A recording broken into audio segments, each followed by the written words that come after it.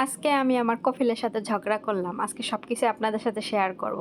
আসসালামু আলাইকুম। কেমন আছেন সবাই? আলহামদুলিল্লাহ আমি ভালো আছি। চলে আসলাম আপনাদের মাঝে আরেকটা নতুন ব্লগে। তো আমি এখানে পিজ্জা বানাইতেছিলাম কয়েকদিন আগে। তো আজকে ভাবছিলাম ভিডিওই শেয়ার করতে পারবো না। কারণ আমার ভিডিও এডিটিং করা ছিল না। গতকাল রাতে আমি এডিটিং করি নাই। আমি ভুলে গেছিলাম। তো সকালে ভাবছিলাম যে সব কাজকর্ম শেষ করে এক ফাঁকে রুমে এসে ০.৫ ঘন্টা একটু রেস্ট নিব। তারপরে ভিডিওটা এডিটিং করব। পরে আর করা হয় নাই। আমি রুমে সকাল থেকে এত কাজ করতেছি, তো কাজই শেষ হয় না।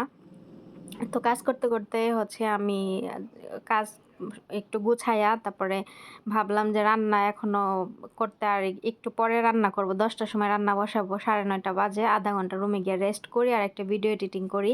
আমার রুমে আসছি, রুমে এসে শুধু হাত মুখ ধুইছি, ধুইয়া বসছি, ধুইয়া বইসা মোবাইলটা হাতে নিছি। ওই সময় আমার কফিল আমাকে ডাকা শুরু করছে। মানে উনি বাহিরে যাইবে, বাহিরে ফয়সালকে আর কি আমার ভিতরে বইসা থাকতে বলতেছে ফয়সালকে নিয়া। তো যাই হোক গেলাম। যাওয়ার পরে আমি ভাবলাম যে ওরে নিয়ে বইসা থাকবো আর কি, আমি তাহলে রান্নাগুলা করে শেষ করে ফেলি। আগে রান্না করলে আগে শেষ হয়ে যাবে। তো আর বইসা রইলাম না, ভাবলাম যে আগে রান্না বান্না করে তারপরে আমি রুমে চলে আসব। এসে তারপর ভিডিওটা এডিটিং করব। তো আমি রান্না বান্না করতেছিলাম, ওই সময় আমার কফিলে আবার আমাকে বলতেছে যে তোর রান্না বান্না শেষ হইলে ফয়সালরে নিয়ে ঘরে বসে থাকিস, আমি বাইরে যাইতাছি। তো আমি পরে বলছি আচ্ছা ঠিক আছে। তো এখন রান্নাবান্না শেষ করে রুমে আসতে পারবো না। তারপর ভিডিওটা এডিটিং যে করব, আগে তো ভিতরে ভয়েস রেকর্ডিং করতে পারতাম, এখন তো ক্যামেরার জন্য আমার কেন যেন যেন আনইজি লাগে ক্যামেরার মধ্যে সামনে কথা বলতে। এর জন্য আমি আর করি না। ভাবলাম যে হয়তো বা আজকে ভিডিওটা টাইম মতো আপলোড দিতে পারবো না। যাই হোক, পরে আমার রান্নাবান্না শেষ, রান্নাঘর আমি পরিষ্কার করছি আর ওই মুহূর্তে আমার কফিলে আসছে। আসার পরে তখন আবার বলতাছে যে তোর রান্না বান্না শেষ? আমি বলতেছে হ্যাঁ। রান্না বান্না কিন্তু শেষ, উনি দেখতাছে রান্নার যে হটপটগুলো আমি খাবার বাইরে সাজায় রাখছি। তো তারপরেও জিজ্ঞেস করবো যে রান্না বান্না শেষ নাকি? আমি বলছি যে হ্যাঁ শেষ। যাই হোক, কিছু বললাম না। তারপরে বলতেছে যে ভিতরে বসে থাক। পরে আমার মিজাজ গরম হয়ে গেছে, কেন লেগে আমি ভিতরে বসে থাকবো? আমার কাজ শেষ, আমি রুমে চলে যাবো। ঠিক আছে, রুমে চলে যাবো। আমার রুমে কি কোনো কাজ থাকতে পারে না? আমার রুমে আমি ওয়াশরুম আছে, আমি কাজ করছি এতক্ষণ, আমার টায়ার্ড লাগতেছে, আমি রুমে এসে একটু শুয়ে থাকলাম কিংবা আমি হাত মুখ ধুইলাম। তো আমার বিভিন্ন কাজ থাকতে পারে না? আমি কেন ওদের ভিতরে বসে থাকবো? আর সে যেহেতু বাসায় উপস্থিত, তাহলে আমি কেন ওই ভিতরে বসে থাকবো? আর আমার ম্যাডাম আমাকে বলে দিছে যে আমার কাজ শেষ হবে, আমি আমার রুমে এসে বসে থাকবো। ঠিক আছে, ওনাদের প্রয়োজন হলে ওনারা আমার ডাকবে, কিন্তু ওনার হাজব্যান্ড বলতেছে যে ও ফয়সালরে নিয়ে বসে থাকবে।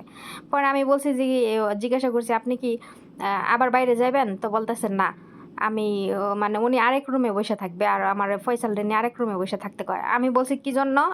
আমার রুমে কাজ আছে, আমি হাত মুখ ধুমো, আমার কাজ আছে, আমি ওইখানে আমি একটু রেস্ট নিবো। আমি সেই সকাল থেকে কাজ করতেছি, সেই 5টার সময় ঘুম থেকে উঠে আমি কাজ করতেছি, আমি একটু বসারও সময় পাই নাই।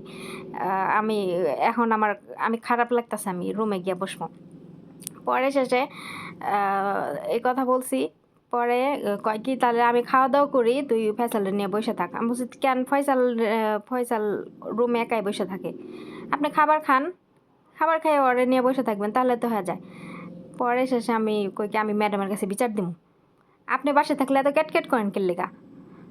আমার কাজ আমি গুছাইয়া করবো, আমি রান্না বান্না আমি কখন করবো কখন খাইবো এগুলো আমি ভালো জানি। ঠিক আছে, তো আমি কখন রান্নাঘরে আসমু, কখন মানে কি করমু, আমার কাজের কথা কি হ্যার কয়া দিতে হইব? বিশ্বাস করেন, আমার ম্যাডাম যদি এই বাসায় না থাকতো, যদি আমার কফিল একা বাসায় থাকতো বাচ্চাদের নিয়ে, কোনো কাজের মানুষ যদি এনে রাখতো, কাজের মানুষ একটাও কাজ করতে পারতো না। বুঝছেন? কারণ উনি অনেক বেশি খুঁটিনাটি কথা বলে। মানে বসে থাকতে, মানে আমি আমার রুমে এসে বসে থাকবো, এটা উনি আর কি করতে পারবেন না। ওনার কথা উনি মানে আমি কাজ করব শুধু। ঠিক আছে, রেস্টের কোনো প্রয়োজন নেই, খালি কাজ করব। পরে চেট্টা গেছি, পরে আমি ম্যাডামের কাছে বিচার দিব। আমাকে তো ম্যাডাম নিজেই বলছে যে আমার কাজ শেষ হবো, আমি আমার রুমে গিয়ে বসে থাকবো, প্রয়োজন হলে সে ডাকবে।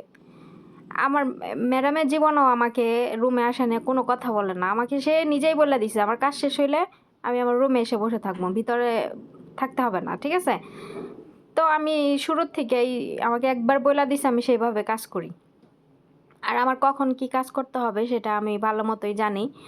তো ওই টাইম মতো গিয়ে আমি কাজগুলো সেরে আবার চলে আসি। কিন্তু আমার কফিলের কথা হচ্ছে যে আমার কাজ শেষ হবে, আমি ফয়সালরে নিয়ে বসে থাকবো। আর হ্যার মতো হ্যাঁ আলাদা করে বসে থাকবো কেল্লিগা, হ্যাঁ যেহেতু বাসায় উপস্থিত আছে, তো ওইখানে আমি কেন বসে থাকবো, তাই না? হ্যাঁ হ্যাঁ বাসায় উপস্থিত আছে, ওখানে আমি কেন বসে থাকবো? আমার তো ওখানে বসে থাকার কোনো প্রয়োজন পড়ে না। অন্য রুমে আমি বসে থাকি না কেন, আমি কেন বসে থাকবো? পরে আমি বসে ম্যাডামের কাছে বিচার দিব, আপনি এত কথা বলেন কি জন্য? আমি সকালবেলা কি রান্না করবো, প্রতিদিন বাসায় দেখি 2জন লোক কাজ করে, মানে মটর যে বসাচ্ছে ওখানে 2জন পাকিস্তানি লোক কাজ করছে। তো আজকে আমি দেখতেছি যে 3জন লোক আসছে কাজের জন্য। তো আমি পরে আমার ম্যাডামকে হচ্ছে করছি, ভয়েস দিছি। ম্যাডাম তো ডিউটিতে চলে গেছে, আমি হোয়াটসঅ্যাপে মেসেজ দিয়া বলছি যে ম্যাডাম প্রতিদিন তো 2জন লোক কাজ করে, আজকে 3জন কাজ করতেছে, তো আমি কি রান্না বান্না ওনাদের জন্য করব না? তো আমার ম্যাডামে আমাকে ভয়েসে রিপ্লাই দিছে যে হ্যাঁ আজকে শেষ দিন, মানে আজকে কাজ শেষ হবে, তো আজকে শেষ দিন, আজকে রান্না করতে। পরে আমি বলছি আচ্ছা ঠিক আছে। যাই হোক, আমার ওনার হাজব্যান্ড তো আমাকে বলে নাই যে 3জন লোক কাজ করবে আজকে, তুই এই রান্না করিস ওই রান্না করিস, এগুলো তো সে বলে নাই, ঠিক আছে? আমি যেটা আমার নিজের জ্ঞান থেকে আসতেছে আমি সেটা করতেছি, ওনাদেরকে ওনার জন্য রান্না করতেছি। আবার আমার যেটা আমি মনে হচ্ছে যে না, যে ম্যাডামকে জিজ্ঞাসা করার প্রয়োজন, সেটা সেদিন আমি ম্যাডামকে জিজ্ঞাসা করতেছি, ঠিক আছে? তো এইখানে তো ওনার এত কথা বলার প্রয়োজন হয় না। আমি কয়টার সময় গিয়ে রান্না করতে যামু, তারপরে আমার রান্না শেষ হয়েছে কি না, আমি ঘরে যামু খেললেগা, এখানে বসে থাক, এটা সেটা, মানে আমার ঘরে আইতে দিব না খেললেগা জানেন, কারণ আমার রুমের সামনেই ওই পাকিস্তানি লোকগুলা কাজ করতেছে, এই জন্য আমাকে রুমে আসতে দিবে না। ভাবছে যে আমার রুমের সামনে ওনারা কাজ করতেছে, তাতে কি হয়েছে? আমার রুম কি খোলামেলা যে ওনারা আমাকে দেখবে? আমি দরজা আটকায় ভিতরে বসে আছি। আর তাছাড়া বাসায় ক্যামেরা লাগাইছে কেন? উনি ঘরে বসে বসে দেখবে যে কোথায় কি হচ্ছে, তাই না? যেখানে ওনারা ওই পাকিস্তানি লোকগুলা কাজ করে সেই সোজাসুজি একটা ক্যামেরা, ঠিক আছে? ওইখান থেকে ওনারা কাজ করতেছে, ফুল দেখা যাচ্ছে ক্যামেরায়। তো উনি বসে বসে উনি চেক করবে। আমার রুম দিয়ে আমি ঢুকবো, এখানে একটা সোজাসুজি ক্যামেরা, আমার রুমে দরজা খুললেই ক্যামেরা শো করে যে আমি রুম থেকে বের হচ্ছি, রুমে ঢুকতেছি।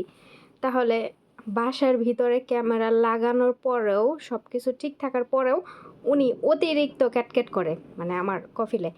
কিন্তু উনি এমনি ভালো আছে, এমনি যে বলবো যে খারাপ তা না, উনি এমনি ভালো, কিন্তু মাঝে মাঝে এরকম খ্যাটখ্যাট করে, মিজাজ গরম হয়।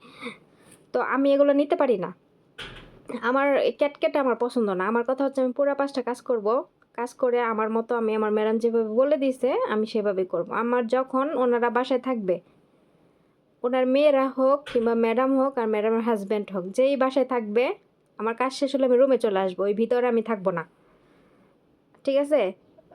ফয়সালকে ওর বোনরা বাসায় থাকলে ওর বোনেরা দেখবে, নইলে আমার ম্যাডাম বাসায় থাকলে ম্যাডামে দেখবে, নইলে ওনার হাজব্যান্ড থাকলে ওনার হাজব্যান্ড দেখবে। ওই সময় আমার দেখার দায়িত্ব না।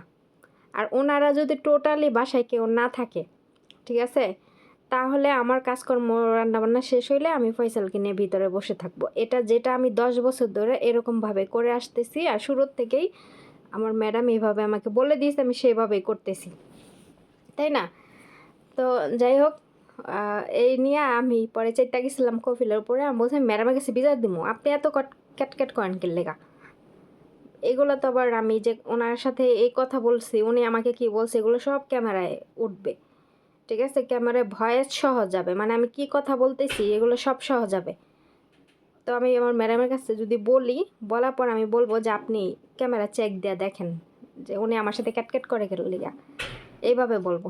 তাইলে তাইলে ম্যাডামের হচ্ছে ওনাকে মনে করেন যে ঝাড়ি দিলে, এই দেশের পুরুষ মানুষ আবার মহিলাদের অনেক ভয় পায়। তো ম্যাডামে যদি খালি একটু ঝাড়ি দেয় তাহলে আর কিচ্ছু বলবে না আমাকে আর কোনো দিন। মানে আমার কাজ, আমার কখন রান্না করতে হবে, কখন আমি কি করব, আমার প্যারা নাই, হ্যাঁ আমারে বইলা বইলা দিব। মানে আমি এতদিন ধরে কাজ করে এখানে হাওয়ার উপরে কাজ করতেছি, আমার কোনো জ্ঞান বুদ্ধি নাই না। তারপরে যাই হোক, আবার ওই পাকিস্তানি লোকদের জন্য মাছ বাইর করছি আমি, কাঁটাওয়ালা মাছ, আর আমার ম্যাডামদের জন্য আমি টুনা মাছ বের করছি। কাঁটাওয়ালা মাছ 5-6টা মাছ ছিল, তো ভাবলাম যে এগুলো ওনাদেরকে রান্না করে দিই, কারণ এই মাছ থাকলে কেউ খাবে না, কাঁটাওয়ালা মাছ। তো বের করছি, পরে আমার কফিলে কিন্তু আমাকে জিজ্ঞাসা করছে যে কি রান্না করবি, পরে আমি বললাম যে মানে বাসার জন্য রান্না হচ্ছে আলাদা, আর ওনারা হচ্ছে পাকিস্তানিরা হচ্ছে সালোনা খাইতে পছন্দ করে, মানে ঝোল ঝোল তরকারি খাইতে পছন্দ করে। তো ওই মাছ দিয়া ঝোল তরকারি রান্না করে দিম ওনাদের, আর সাদা ভাত। তো বলছে আচ্ছা ঠিক আছে। তারপরেও আবার ও ওনাদেরকে ডাক দেয়া জিজ্ঞাসা করছে যে মাছ আছে, মাছ আজকে দুপুরে মাছ দিব, মাছ দিয়ে খাবার দিব ওনাদের, তো কি কি রান্না করবে। হ্যাঁ, তো ওনাদের যেহেতু জিজ্ঞাসা করছে যে কি রান্না করবে, তাহলে ওনারা অবশ্যই বলবে ওনাদের পছন্দ মতো যে এটা রান্না করেন। তো ওই পাকিস্তানি লোকটা, মানে তখন আমি রুমে, মানে আমি রুমে এসে হাত মুখ দিয়ে বসছি, আর ওই সময় ওই পাকিস্তানি লোকের সাথে আমার কফিটা জোরে জোরে কথা বলতেছে, আমি হচ্ছে শুনতেছি। তো ওনাদের বলছে যে কি রান্না করবো মাছ দিয়া, তো ওনারা বলছে কি যে মাছ ভাইজা, মানে মাছ ফ্রাই কইরা তরকারি দিয়া ঝোল ঝোল করে রান্না করতে। ঠিক আছে, আমি রুমে বসে শুনতাছি। তখন আমার কফিলে আবার উল্টা ওনাদেরকে কি বলে যে মানে এরকম এই খাবার মানে মাফি মাফি, মানে আরবিতে বলতাছে যে ওরা যেরকম চায় এরকম খাওয়ানো দেওয়া হবে না, কারণ ওমানিরা যা খাবার খায় তাই ওদেরকে দিতে হবে, তাই ওরা খায়, তাই ওদেরকে খাইতে হবে। তো তাহলে আমার কথা হচ্ছে যে সে যেহেতু তারা যা খায় তাই খাবার দিবে, তাহলে কেন ওই লোকটারে জিজ্ঞাসা করলো যে কি খাবে, মাছ দিয়ে কীভাবে রান্না করবে, কিভাবে খাবি। তো ওনাকে যেহেতু জিজ্ঞাসা করছে, উনি তো বলছে ওনার পছন্দের মতো ওনারা যা খায়। ঠিক আছে, তাহলে ওনার পছন্দ মতো বলার পরে উনি কেন আবার এই কথাটা বললো যে ওমানিরা যা খায় তাই খাইতে হইব, তোদের পছন্দের মতো খাবার দেওয়া হইব না, এই কথা কেন বললো। আমার এই কথাটা উনি যখন বলতেছে আমি ঘর থেকে শুনতেছি সব, আমার মানে এত মেজাজ গরম হয়েছে যে তাহলে তুই কেন জিজ্ঞাসাই করলি কেন, মানে উনি কেন জিজ্ঞাসাই কেন করলো, আর ওনাদের পছন্দ মতো বলছে তারপরেও উনি কেন এরকম করলো, এটার উত্তর দিল। আসলে কি ওরা না, মনে করেন যে ভেতর পরিষ্কার না, বুঝছেন, এদের ভেতর খুবই নোংরা। নইলে ওরা অন্য দেশের লোকজনদেরকে না মানুষই মনে করে না এরকম। ওরা না সবাই এক না, কিছু কিছু ইয়েরা আমার কফিলের ভেতর পরিষ্কার না। ঠিক আছে, অনেক মানে হ্যাঁ কি চায় কি কয় না হ্যাঁ নিজেই জানে না। ঠিক আছে, নিজেই জানে না। যাই হোক, এই যে আমার পিৎজা বানানো হয়ে গেছে, দেখেন সবগুলা পিৎজা। তো আমি আজকে মানে এই ঘটনাটা একটু আগে হয়েছে, তবে ভিডিওটা রুমে এসে আমি এডিটিং করতেছি। তো এর জন্য ভাবলাম যে যেহেতু ঘটনাটা মাত্র হয়েছে এই কাহিনিগুলা, তাহলে আমি শেয়ার করি আপনাদের সাথে, এর জন্য শেয়ার করলাম। তো এখানে আবার কেউ উল্টাপাল্টা এসে কমেন্ট করবেন না, ঠিক আছে। আমি একদম অথেন্টিক ভিডিও শেয়ার করি, কোনো কাটসিট করি না, আমার সাথে যেটা ঘটে যেটা হয় আমি সেটাই শেয়ার করার চেষ্টা করি। তো এখানে উল্টাপাল্টা কেউ কমেন্ট করবেন না আশা করি। তারপরে এই যে আমার পিৎজা বানানো হয়ে গেছে, মিনি পিৎজা বানাইলাম। তো বানানোর পরে এখন হটপটে সব এক এক করে রেখে দিব। তো অনেকগুলাই পিৎজা বানাইছি। তো আমার ম্যাডামে হচ্ছে তার বোনকে দিতে চাইছিল 10টা। তো ওনার বোনকে 10টা দেওয়ার পরে দেখা যাচ্ছে যে বাসায় যে আমাদের ছোট কম পড়বে, এর জন্য আর পরে দেয় নাই। আমাকে যদি বলতো যে ওনার বোনকে পিৎজা দিবে, তাহলে আমি একটা মুরগি পিৎজা বানাইছি, একটা মুরগি দিয়া আর অর্ধেক মুরগি বেশি দিতাম, তাহলে কিন্তু হয়তো। আমাকে বলে নাই, আমি শুধু বাসার জন্য বানাইছি। এখন বলতেছে যে ওনার বোনের জন্য 10টা দিতে, 10টা দিছি, বাকি থাকে 18টা তো আর ওদের হবে না। আমি হচ্ছে এই পিৎজা মাত্র হচ্ছে 2টা খাই, আর ওরা হচ্ছে সবাই 5-6টা করে খায় এই পিৎজা। মানে ওরা আসলে মানে পোলাপানগুলা অনেক খায়, কিন্তু সত্যি কথা ম্যাডামের মেয়েরা প্রচুর খায়। ঠিক আছে, একটা পর একটা খাইতেই থাকে। তো এই পিৎজা 5-6টা করে এক একজনে খাইবো, আর আমি 2টা খাইলে আমার মুখ কেমন জানি লাগে, আমার খাইতে ইচ্ছা করে না। যাই হোক, আমি এখন হটপটে বেড়ে একদম রেখে দিব। অনেক হচ্ছে সময় নিয়ে এগুলো বানাইলাম, অনেক কষ্ট হয়েছে। যদিও সকালবেলা অর্ধেক কাজ সেরে রাখছিলাম, আর বাকি অর্ধেক কাজ এখন করলাম। আজকে ওমানে এত পরিমাণে গরম বাতাস, মনে হচ্ছে বাতাসের সাথে গরম ধোঁয়া আর আগুন ঝরতেছে, এরকম বাতাস। মানে খুবই খারাপ লাগতেছে। আমি খালি ভাবছি যে কখন রুমে আসবো। ওই ভিতরে বসে থাকলে দেখা যাচ্ছে বসে থাকতে হবে এক জায়গায়। আমি সেই সকাল থেকে কাজ করতেছি, আমার খারাপ লাগতেছে। আমি আইসা একটু শুয়ে থাকবো, নইলে আমার মন মতো আমি বসে থাকবো, নিজের মন মতো নিজের রুমে বসে থাকবো। ওইখানে থাকলে তো আর ওইভাবে বসে থাকা যাবে না, তাই না? তো যাই হোক, এমনি কিন্তু আমার কফিলে ভালো আছে। এমনি অনেক সময় আমাকে জিজ্ঞাসা করে যে তোর ফ্যামিলি সবাই কেমন আছে, তুই কেমন আছো, সালাম দেয়, জিজ্ঞাসা করে। তো মাঝে মাঝে এরকম খ্যাট করে, এর জন্য মানে আমার রাগ হয়। তো তাই হোক, এখানে পিৎজা বানাইছি। এখন আমার কফিল আবার পিৎজা খাবে না, উনি খাসির মাংস ওনার জন্য আলাদা ভুনা করতে বলতেছে। তো এই যে এখানে খাসির মাংস ছিল ফ্রিজে, আমি এই যে কেচি দিয়ে কাইটা এখন দিচ্ছি, মশলা কষাইতেছি। তো এর মধ্যে দিয়ে এখন কিছুক্ষণ কষামো। উনি রুটি দিয়ে খাবে, মানে এক একজনের এক একটা চয়েস, মানে জ্বালার আর শেষ নাই। উনি একটা খাবে, ম্যাডাম একটা খাবে, আবার দেখা যাচ্ছে কোনো কোনো দিন ওনার মেয়েরা আবার আরেকটা খাবে, এরকম মানে জ্বালার কোনো আর শেষ নাই। তো বাহিরে এত তুফানের মতো বাতাস, আমার ঘরে চাল সুদ্ধা লড়তাছে বাতাসে। আমাদের দেশে যে ঝড় হয় না, ঝড় বাতাস, এরকম বাতাস। আর বাতাসের সাথে আগুনের আগুনের ধোঁয়া উঠতাছে, এরকম বাতাস। উঠানে কাপড় চোপড় আছে, এগুলো এখন উঠাইতে গেলে আমি গরমে সিদ্ধ হয়ে যাবো এই রোদের মধ্যে। এগুলো উঠাম বিকেলে, আবার কাপড় চোপড় ধুইতে হবে, অনেকগুলা বের করে রাখছি। তো যাই হোক, এই তো আমি মাংস কষাচ্ছি। কষানো হয়ে গেলেই আমার হচ্ছে রান্না বান্না শেষ আজকের মতো। একটার পর একটা তো করতেই আছি, করার আর শেষ নাই। তো উনি হচ্ছে আমার কফিলে এই যে পিৎজা বানাইতেছে, মানে উনি কখন আগের থেকে বলবে না যে এটা আমি খাবো। হ্যাঁ, আমি পিৎজা বানাইতেছি, তখন আইসা বলে যে আমি পিৎজা খাবো না, আমি মাংস খামো। তখন মাংসটা ফ্রিজ থেকে বের করব কখন, এটা ছুটবে কখন, রান্না করব কখন, বুঝেন? তাহলে এরকমই করে সব সময়। তো আজকের ভিডিও এ পর্যন্ত। সবাই ভালো থাকবেন, সুস্থ থাকবেন, আল্লাহ হাফেজ।